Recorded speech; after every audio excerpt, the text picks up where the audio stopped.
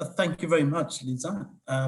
Good evening to everybody that's joined the class. I look forward to having a discussion on this interesting topic. It is part of the Black History Month, but I thought to myself, why not talk about something that I at least have a few insights to, but I'm more interested in the conversation that we shall have with the different participants today that we have on the call. Now, I'll start off by, first of all, allowing you guys to have an unfortunate picture of myself, both visually and on the screen, but feel free to join me on LinkedIn. We can always connect and we'll be able to have further discussions on this particular topic. Now, whenever I start any of my classes or any of my sessions, there are two things I usually do. One is that I usually start with a quote, and you can see here the best, I'm using Alan Kay's quote, the best way to predict the future is to create it, and I'll allow you to think about that for 2 seconds. And the second part is that I am probably older than most of you on the call. Don't be fooled by the nice looks. However, I might also have more qualifications. I might hold a PhD. I might hold different qualifications. That in itself is not enough for me to be able to sit here and assume that I'm more intelligent than anyone on this call. So I'll be looking to learn from you. I'll be looking to engage you, and I'll be looking for us to have an enriched conversation. So that is the pleasantries out of the way. Let us come back to the quotes that Alan Kay put forward when he said the best way to predict the future is to create it. Now think about the uncertainty that sits in the future of Africa and opportunities for investment and growth. And ask yourself, are we going to sit back and wait for the future to be predetermined by others for Africa? Or is Africa going to create a proactive or take proactive steps in order to be able to start creating that future for themselves by designing what that future might look like? Now, I know that a few people might say that Africa does not operate in an isolation or on a silo on its own, would have to be interconnected, but they can drive the agenda. They can drive the meaningful and the purposefulness of how they create that particular future. Now, I'll just run through what we'll go through today. I'll offer a context of investment in Africa. Most of you, as I saw from the chat, are coming from Africa, so you probably know this better than I do. We shall look at investment opportunities, and I'm interested not necessarily about the investment opportunities per se. I'm interested in how those opportunities can be exploited, because I think most of us on this call would be able to identify where investment opportunities sit.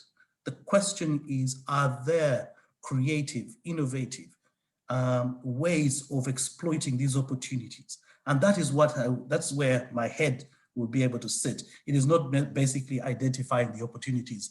Those are well documented. I think we have spoken about those for decades and centuries. So next, we'll also look at the investment climate, regulatory issues. I saw a few people calling in from Kenya. Yesterday, we had a ruling in Uganda whereby DTB, which is Diamond Trust Bank, Uganda, lent around about $10 million to a particular businessman in Uganda. The courts have just ruled, because DTP Uganda received the facility from DTB Kenya, they have ruled that that was an illegality. So you can imagine what that would do in terms of shifting resources. A few people were saying that that is syndicated lending. I have a different opinion about whether that was syndicated or not. But the question is going to be, that creates a lot of uncertainty around movement of flows of capital into a particular jurisdiction. So we shall look at what that means as well. Other aspects would be looking at risk areas. Again, fairly well documented, but we shall try and have a discussion around how to mitigate those. And then we'll come to my closing remarks and then a Q&A at the end.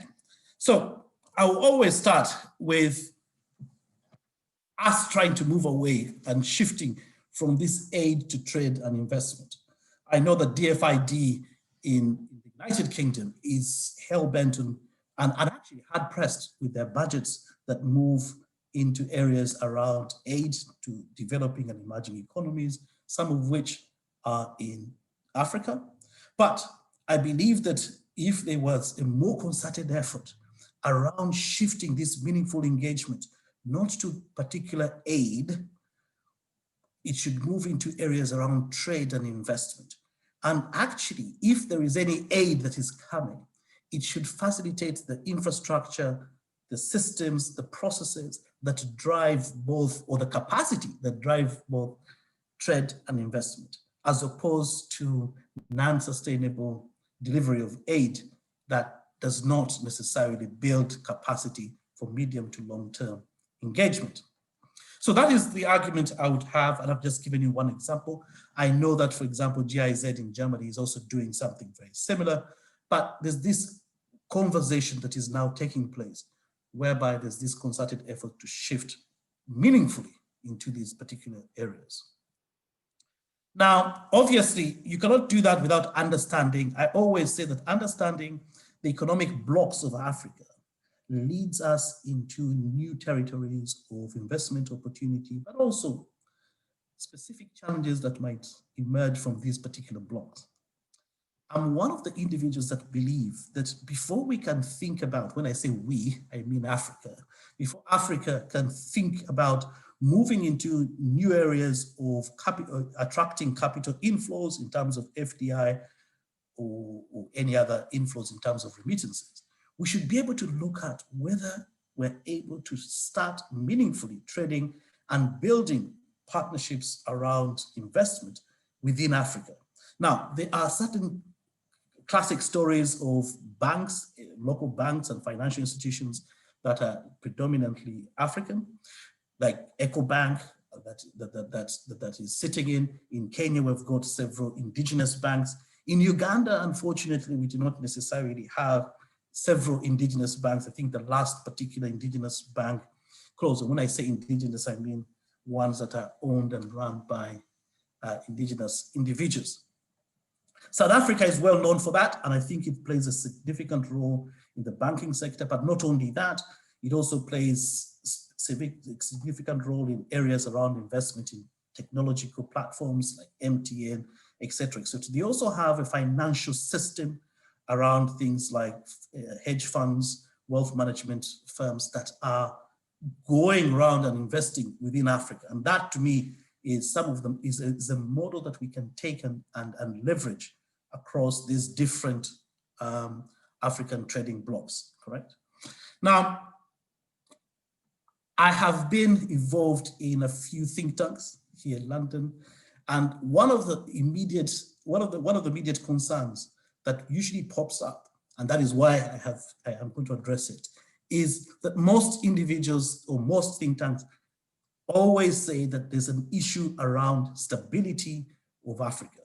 Now, there's data here that shows that Africa actually has moved on, and we're getting our act together. And you can clearly see that if you look at relatively North Africa, South Africa, Central and East Africa is mainly stable, that provides the right grounds for investment and trade.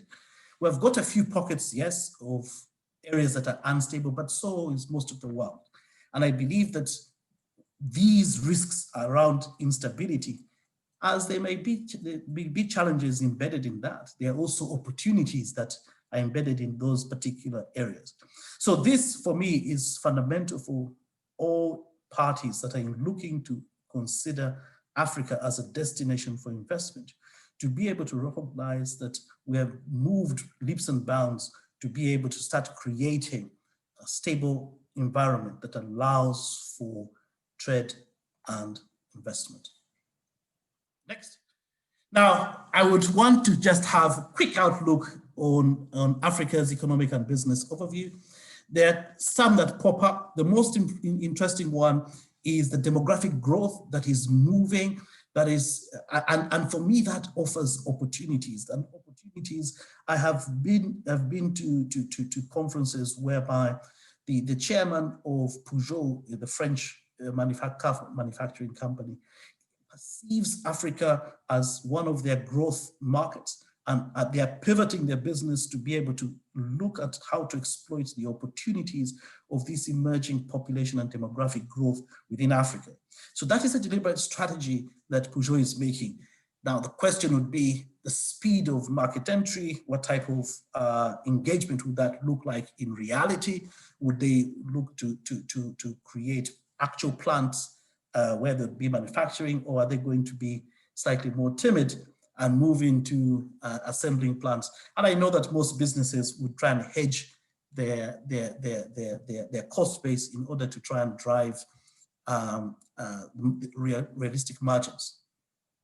Rapid urbanization we can take lessons. Africa can take lessons from China. We can take lessons from India, that this rapid urbanization provides unique opportunities that sit in areas that are not predominantly driven by external investment into the economies in Africa. I'll give you two examples. One of them is around mobility and how individuals would need to be able to operate within particular cities, particular countries, et cetera, and that has led to huge investment, but also property investments, those that are looking to create affordable homes and affordable housing.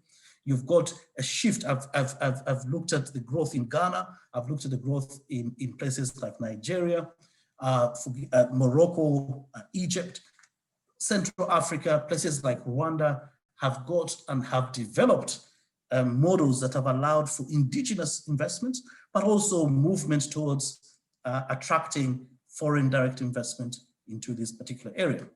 Now, the area around remittances is one that is dear to me. And this is what I was saying to you earlier. We all know that these might be areas for of focus for investment and etc. However, there is a model that I'm trying to do more research around, which is the remittances that come into Africa contribute, I think they were forecasted to be around about 55 billion in terms of remittances. I'm not sure whether that is sub-Saharan Africa or Africa in the whole. But imagine that was the figure. This particular amount of money could be usefully channeled into creative models of investment. So there's a company called Better Wealth. It's a Swedish company. It is using what we call robo-investors, to invest on behalf of individuals. So we've got platforms like Wild Remit, we've got other platforms that Better Pesa, that allow for this remittance of cash from the west to the east. If we're able to use robo-investment tools that would take 2 to 3% of all remittances that get into Africa, and that would create a fund, and the individuals that would be involved, either the recipient or the sender, would then become the investor. I believe that these would speak volumes to creative ways of how we could deal with some of these revenues that are coming in. Because at the moment, what is happening is that these remittances are being utilized by individuals, and that is very hard capital to organize and use as an investment tool to make meaningful strides in an economy. Yes, there's an argument that the remittances contribute significant purchasing power for individuals, they invest, et cetera, but that is on an individual basis. If we can be deliberate about how we structure some of these particular models and engagement, that would be an interesting model to be able to exploit. And I believe that there must be some young, intelligent people out there looking to exploit this particular opportunity. Now, I always say, and we always do at Hult, it is important to talk about theory, yes, but you've got to show how that can be applied. Now, I'll say this with tongue in cheek. Several governments in Africa have come up with a single, what we call a one-stop center that allows for the support, registration, provision of tax incentives, et cetera, for foreign direct investment. However, it is important to recognize that there's a simple model that can be used, whereby you conduct and look at opportunity landscapes that present themselves. You understand the regulatory frameworks, and there's a difference between the regulatory framework and the capacity to be able to implement that framework. Because whilst the regulation might be in place, the question is whether the institutions and whether the evidence exists that institutions can provide meaningful redress to those particular regulations. So that for me is one of the biggest issues. And I have dealt with one or two companies that are dealing in sub-Saharan Africa that were confident that they had the regulatory system understood, but when there was need for redress, they found that the system that they were operating in was devoid of what the expectations might have been. So understanding whether it exists and whether they have the capacity to be able to enforce and the quality of enforcement is another issue. But also aspects around market opportunity identification. I think we know that most of Africa, we're changing, is basically a cash economy, but the question would be, how do we actively move to build the capacity around purchasing power, an increase of purchasing power parity across the African market by providing liquidity and credit that is cheap, that is affordable, that is there for individuals to be able to use that credit to be able to stimulate economic activity in the economy. So that in itself allows organizations to be able to understand how they can actively work in Africa, or how they can provide maybe supporting tools for their products and services. Because if we then talk about brand new Peugeots in Africa, I'm not sure what the actual market size would be in terms of individuals that would buy brand new cars without the required credit facilities in place. Obviously, then the aspects of raising capital, and I'm going to show a short video on one of the success stories in Tanzania. Raising capital is very important. You've got to be able to understand issues associated with this, the paid up capital of most financial institutions, and how much they can, the limit that they can lend to individual investors. Because if the paid up capital is run about X 10 million, probably they lend 1 or 2% of that to an individual. Whilst those might look like great figures to me and you, for most businesses, that in itself is not necessarily the best. I mean, that's just a drop in the ocean in terms of companies that are seeking, companies like Dangote in Nigeria would need much more money. I know that there are other facilities in Nigeria that are able to support businesses that speak to the size of Dangote's business.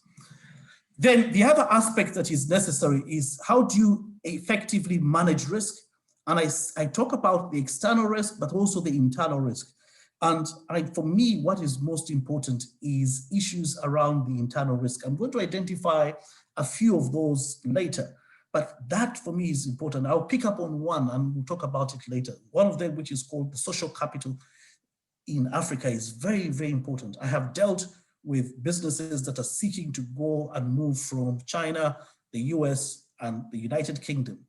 And it's a totally different kettle of worms as you deal with these individual firms, because sometimes there's a mismatch between what the expectations are in Africa versus, and by the way, there are ways of dealing with that. I know that individuals talk about corruption. I always say, if the problem is corruption, legalize it. The US, they have legalized corruption. It's called lobbying. I think some of you might have opinions about what that is. So I'll crack on. So this is a model that can be used for implementation of some of these, and it's a Harvard business model of where to play and how to win, and you determine what winning is, and you also determine jurisdictional locations of engagement. Now, there are investment areas in Africa. All of us would know this. I'll go through them. Individually. So infrastructure is a big area because it allows for other subsidiary industries to be able to be set up, but also the generation of electricity, That for me is, I have looked at a feasibility study that was done by Nestle, and the reason they failed to invest in one of the sub-Saharan African countries was the cost of electricity. They just made it untenable for them to be able to make meaningful investments in that particular country. So the cost of electricity, the reliability of that needs to be looked at. I don't want to talk about Nigeria. I know that Nigeria is making strides in that direction in terms of moving away from the generators to the creation of electricity and power and reliability around that. Obviously, we cannot fail to talk about oil and gas because oil and gas makes huge contributions. Lots of countries are now exploring and finding that they have oil reserves. Uganda just found out some, Kenya just found some. So you've got to be able to understand that this continues to play a specific role. The pharmaceutical sector, healthcare sector, very pivotal because it has got additional value that it provides in terms of impact, not only in terms of relying on aspects associated with imports. Obviously, telecoms and ICT, mobile financial services. You can clearly see that I have not talked about anything to do with defense because I believe that I did a quick analysis on an index, and I found that the proportion of expenditure on defense versus other priority sectors is disproportionate. And I would say to you that whilst we need to invest in defense, I believe that we could work smarter by working in collaboration with regions to be able to provide what we call collective safety in terms of security, and then prioritize investments with the resources or the limited resources that we have in order to make meaningful impact and change. Now, this is the one that is interesting. They are investments that sit outside of oil and gas. And I think that for me, this is where my hands get really a bit warm and jittery in terms of where to sit. So African food brands for export, the value addition and opportunities around that. Africa is all about agriculture in most cases. We could think about how to move into export-led growth and investment. And this could be done by both indigenous and foreign capital. But for me, that is an area that's value addition, and I'll show you something in the next few minutes. So in most supermarkets here in London and across the world, we have started seeing market traction around these value addition opportunities that are emerging. But I think that that is just the tip of the iceberg. I think we should really drive this. I believe that there are so many opportunities that sit within the agriculture sector in Africa that are not being fully exploited. Obviously, off-the-grid solar power, absolutely fantastic. I believe that, and here what we could do is that we could go down the route or the route of India and China, whereby what we could do is that we could encourage local enterprise and investment in these areas. And we could even look at lower thresholds to be able to provide what are referred to as incentive-led investment in two particular areas around, for example, off-the-grid solar activity, by understanding what the individuals need in the markets. Now, the virtual education is interesting because that does two things. It allows us to do what we call leapfrogging, and we can leapfrog into the future by acknowledging this. And I think UNICAF provides a model that can be replicated. But what is most important is that we avoid the trap that I see seated in two flagship programs that have been flaunted by the World Bank and IMF, which are universal primary education and universal secondary education. I have been to Africa and looked at some of these programs. Whilst they allow us to be able to tick a box and say that we have now increased the number of people, kids, or the population that have access to education, the question should not be access to education, even with the lack of infrastructure and all. The question should be, what type of education are we providing, and how does that education provide capacity and capabilities that are not necessary now, but will be necessary in the future? For me, that is where that sits. And I think that we do not necessarily need to blame anybody else. I think that we need to be proactive in trying to build the capabilities for the future using some of these particular opportunities of virtual education so that we are at the cutting edge of a student who is in China, a student who is in the US, a student who is in the United Kingdom would have the same technical capabilities as a student in Africa without necessarily incurring those huge costs of education. I believe that the African student, that would be meaningful in terms of an area for investment. Other areas include fashion and apparel. I believe that we have gone down that route. The US brought in AGOA, but we think that we should go further in this particular area. And I think that in itself would embed and include more of the individuals at the bottom of the pyramid in Africa. Outsourcing and externalization. In Kenya, we have got some of these, and I believe that we can compete with places like Malaysia. We can compete with places like Indonesia in some of these spaces because we have graduates, we have got capabilities, and we have got the infrastructure that can allow us to be able to engage in some of these areas of investment. Now, there are other areas, and some of them include film and production. I don't know whether most of you have been or used Netflix most recently, or you have used Sky, or I think the South African one is called DSTV. I was just trying to remember that.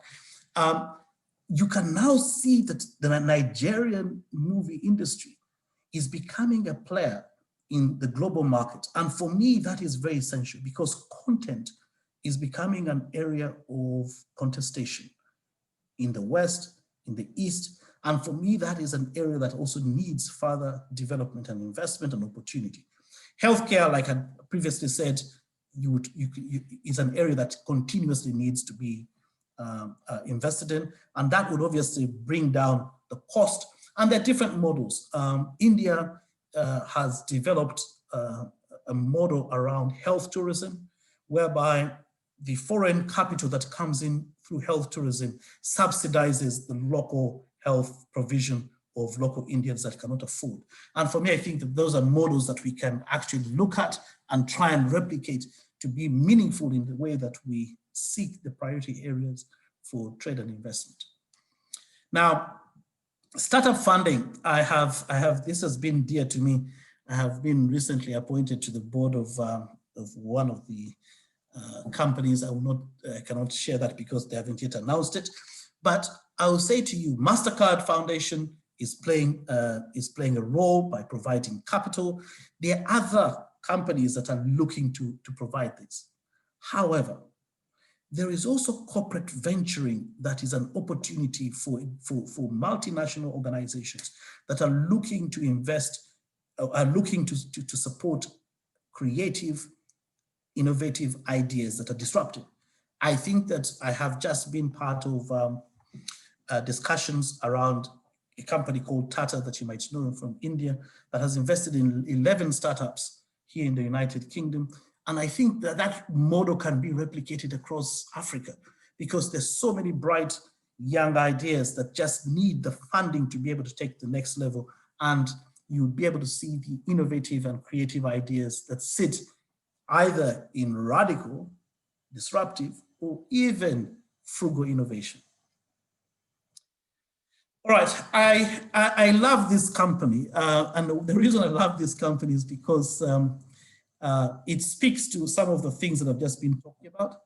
I will try and share this video with you. Hopefully you'll be able to see it.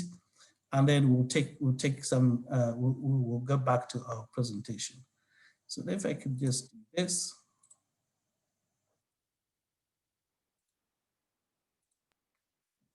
Oh, sorry. You can just do this. Yes, hope you can hear this. I went to Georgetown University in DC and studied finance. And when I graduated, I came back and joined my father's business. The business predominantly was a trading business in the sense imports and exports. Until today, we are one of the largest trading houses in Eastern Central Africa. And when I say trading, I mean soft commodities, everything from sugar, rice, fertilizer. Over time, I realized that there was becoming a very small margin business. And so it was a volume business, essentially. Very much so. Big volume, small margins. So while I was importing edible oil, I said that why should I not go into edible oil refining? Similarly with soap manufacturing. So over time, I have built almost over 30 industries. So I'm into edible oil, cooking fats, margarines. We got into detergents, we got into toilet soap. So I'm into grain milling, wheat milling, maize milling, rice milling. So I'm glad to say I've managed to corner the Unilevers and the Procter & Gamble's of this world in that region in terms of market share. Were you able to win over market share, or were you just able to distribute into areas where you didn't see this kind of penetration? No, so they didn't have a presence. So what they were doing is they were manufacturing in other countries and bringing in their goods into Tanzania.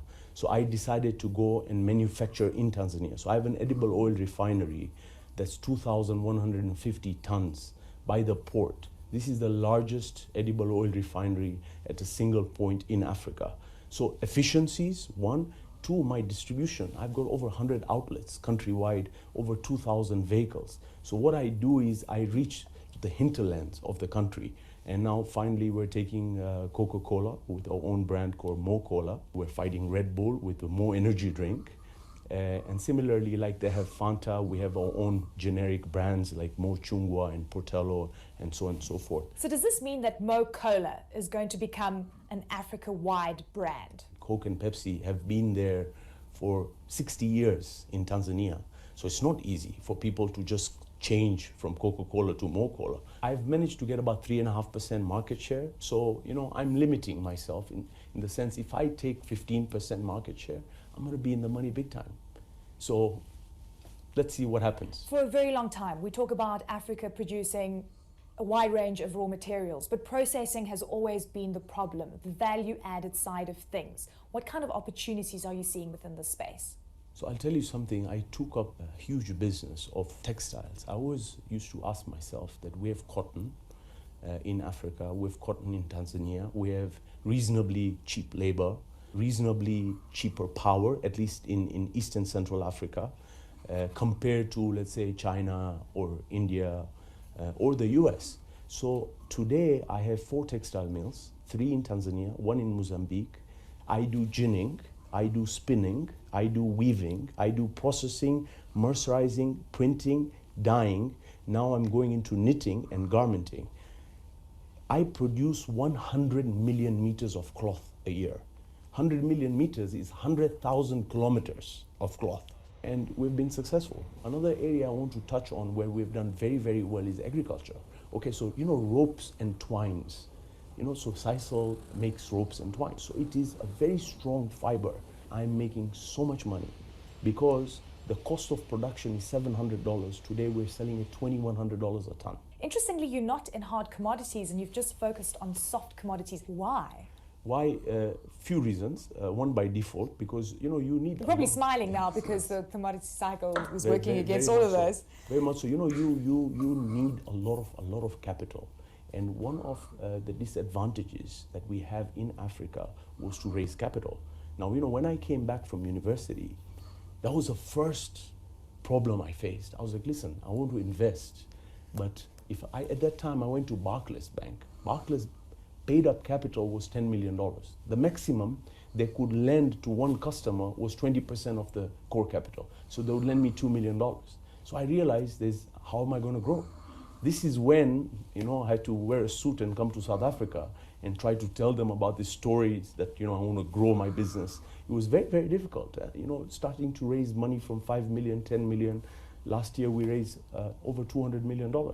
So it's been a journey. So capital, and that too, medium-term and long-term capital is still a challenge in Africa.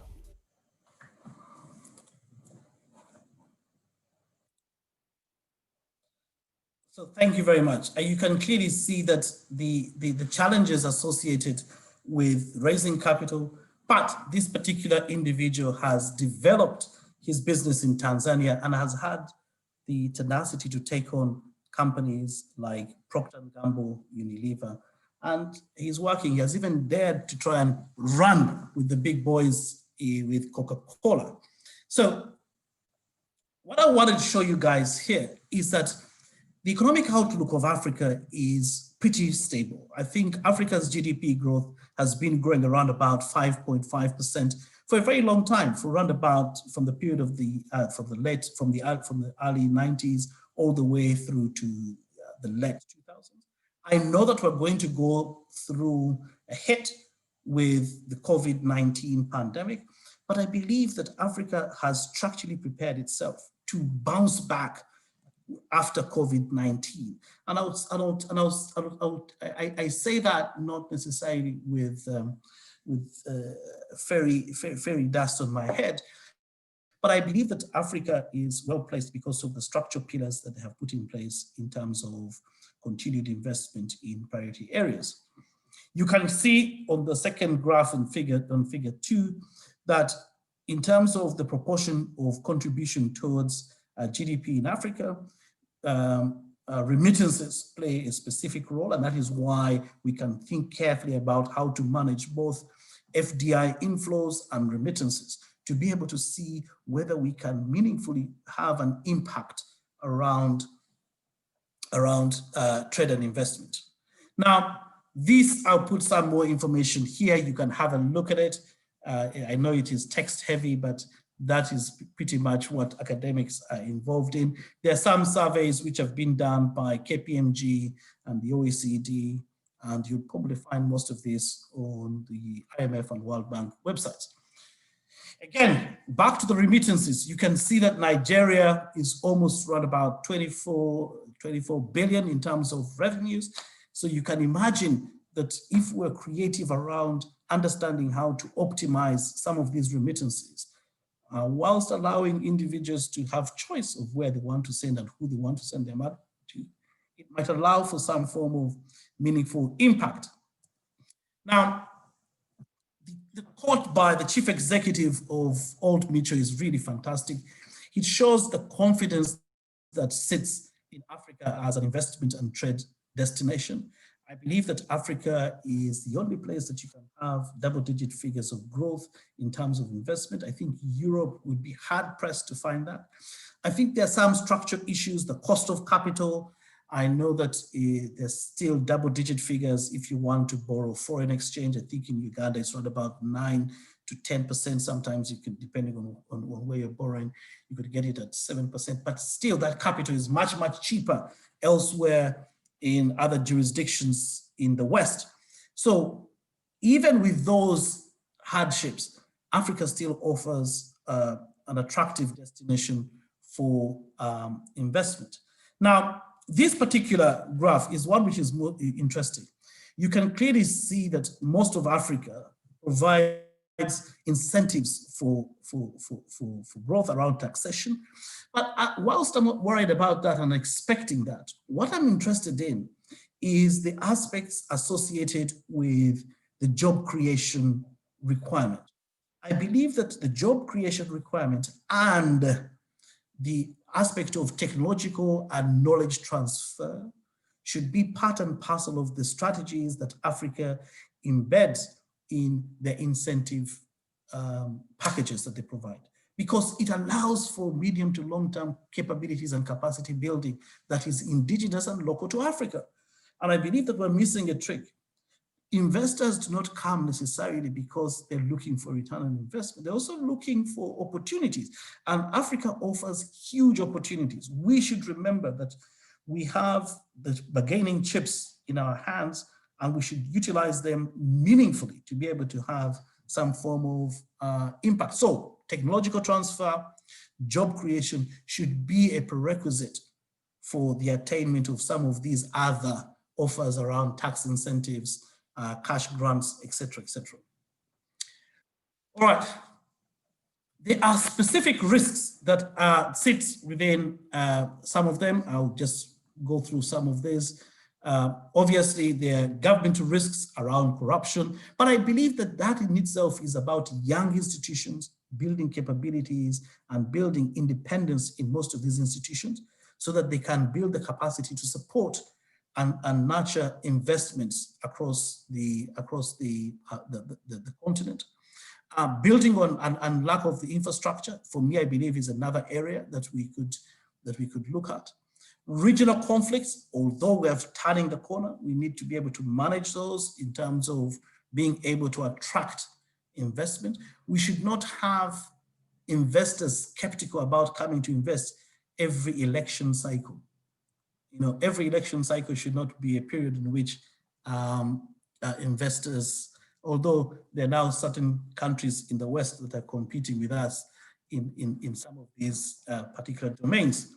The others are weak enforcement of regulatory frameworks. I had mentioned that. We've got to be able to look at how to address that. The issue of the leveraging of African debt, we need to, those are some of the structural issues that governments can play a specific role.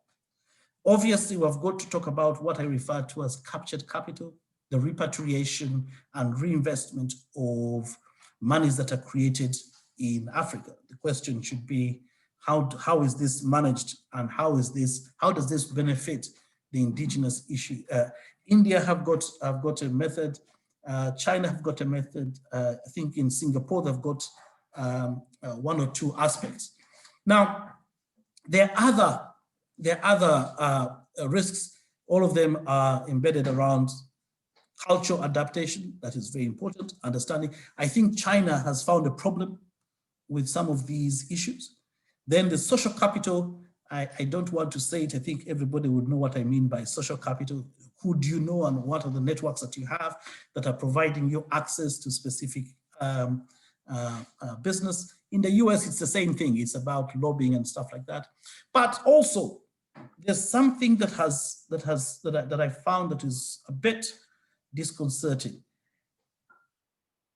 Public-private partnerships. Governments providing what I refer to as sovereign guarantees for investors should be tied to the alignment of local investors plus foreign investors.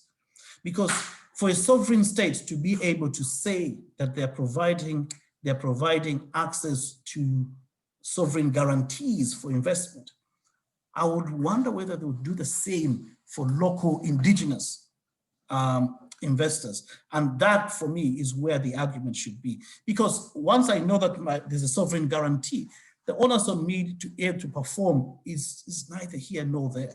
And that is where I think we need to be able to have some conversations. Now, as I conclude, there are obviously competing forces in Africa. We have seen that China has played a significant role in building roads. When I say roads, I mean inroads into African countries. I don't mean although they're also involved in the physical roads, but they are predominantly across the whole of Africa. We have got the European Union, which has woken up and is looking to its historic advantage. I don't want to get into the colonialization issue here, but they're also now tapping back. I have seen the United Kingdom changing its strategy because of Brexit, looking to engage Africa as equal partners in trade and investment. The United States remains a big player.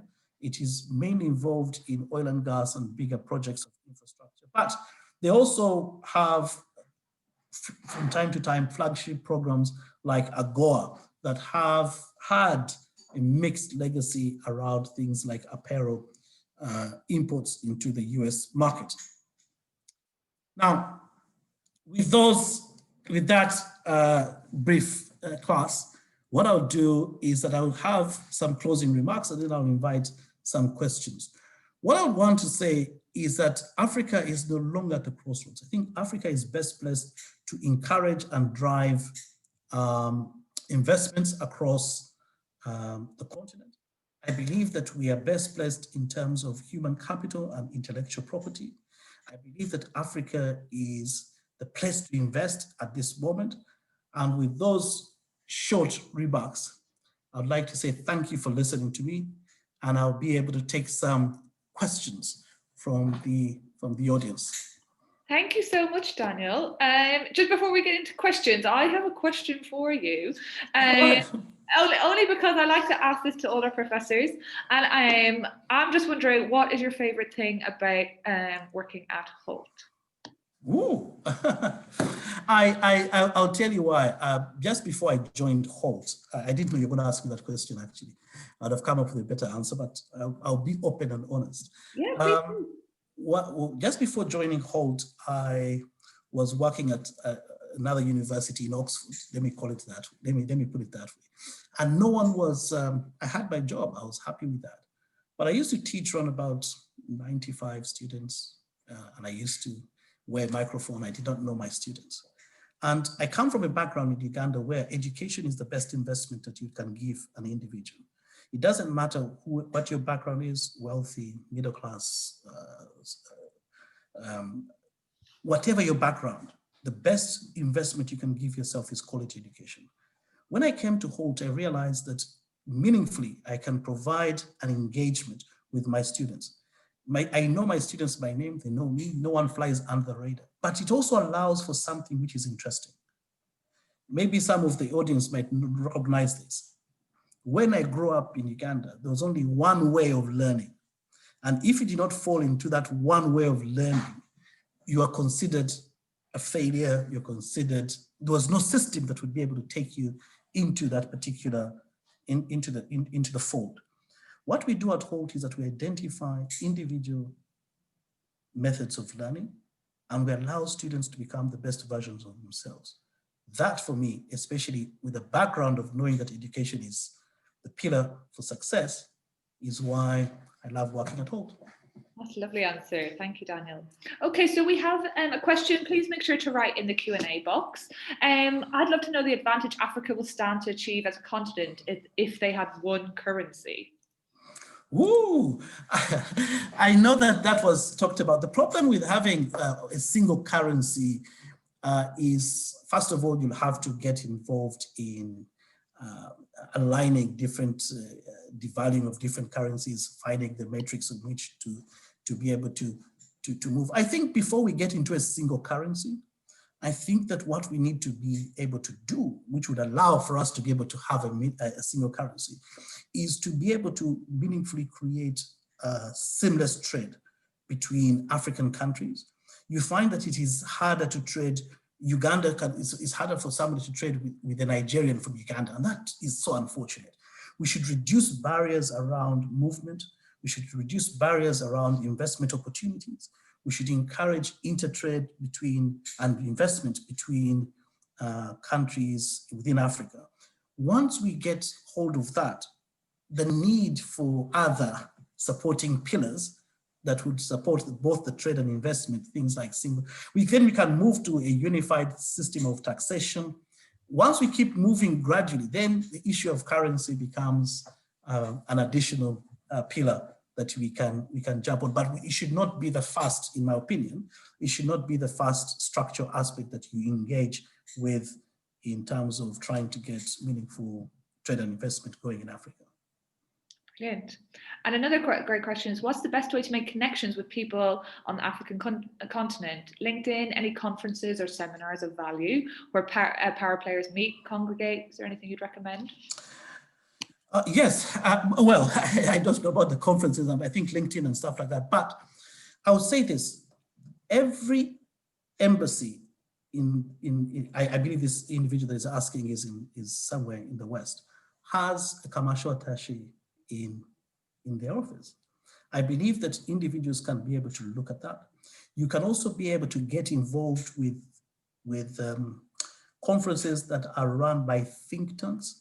Think tanks provide a lot of, so Chatham House, for example, in London, provide a lot of advice to companies that are looking to invest in places like Africa.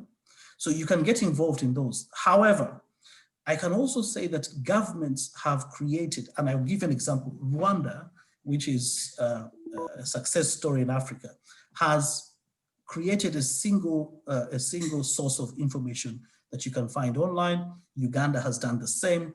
Nigeria is moving to the same. So you can find that there are opportunities that are available for you even without necessarily connecting with individuals. Now, from time to time, I say that the biggest advantage you can create is build your network. So you can also look to other platforms like, but there are other African forums. There's the Ugandan government has a forum that it runs for the diaspora in the US, in the UK. So these meaningful engagements can allow for us to be able to actively seek opportunities. Okay, and Omini also has another question of, if you teach at any other campuses, virtual electives or in-person instruction, Omini is doing the global MBA program. Yes, I teach at, there's something, I teach family business for the master's students. That is usually online, and it's usually Dubai, London, and Singapore. When I say Dubai, it is Middle East and Africa. So just to be clear, so it will be Middle East and Africa. I believe that I'm correct. Is that correct? Yeah, that's correct. Yeah. Yeah, exactly. I don't want to say something else. Yeah. So yes, I do that at Hult. On the undergraduate, I teach both around subjects around family business, disruptive innovation, trends and innovation. But at the master's level, it is family business and for some what we call immersion. Immersion is where we created a project with a global company. I can give you an example. Right now, I'm working with my students with a small company in Atlanta called Coca-Cola. And what I did not realize is that we allow our students to co-create. And for me, that is fundamental, because a student that leaves Hult should be able to not only co-create, but should be able to build something called creative confidence. The creativity, because when I studied ages ago, most of that stuff is now irrelevant. But the question is going to be, do you have the ability to adjust and move into new spaces? Fantastic. And Brandon also has a question. How do we mitigate the risk of governmental problems? Also, how do we encourage the best and brightest minds of Africa to stay in Africa and limit the trend of brain drains from certain countries? Great question. There's something called the 1 Acre, I think it's called the 1 Acre Foundation. You want to look it up. If you type 1 Acre Africa, you'll be able to see it. They have funded almost, I think it's in excess of 200 student businesses, and most of them were studying abroad, and all of them have gone back to Africa. Africa is about opportunity. It's about providing the opportunities for the brightest, for those who are striving to have better lives, to be able to show their creativity. And this is why I say that the creative ways of identifying opportunities to provide funding for startup ideas and creativity is fundamental. At Hult, we have something called the Hult Founders Lab, whereby we encourage our students. We even have something in the social enterprise side called the Hult Prize, where we actively give away $1 million for the winning team. But it's not necessarily the winning team that is getting the $1 million. I think that everybody who goes through the process builds what we call the social capital. You build networks, you have access to different opportunities to engage with individuals that you would never have met. So for me to avoid the issue of brain drain, the reason there's brain drain is they're seeking opportunities. But you imagine the creativity that is leaving Africa to sit down and work in a 9-to-5 job. If that individual was given the opportunity to thrive in Africa, I think that the world would be, the opportunities are endless there. Brilliant. Well, I think that's it, time for everything. Thank you so much, Daniel. I think it was super helpful. I'm sure everyone learned more from it. As we said before, a recording of this webinar will be sent out in an email in the following days. And if you thought it was useful and you'd like to know more about Hult's Limitless Learning Experience or any more events, please check hult.edu/virtual skills. And we are running webinars all the time at the moment. And so that's all from us today. Thank you so much for your presentation, Daniel, and thank you everybody for joining. Thank you. I'll answer some of the questions later. Thank you. Thank you.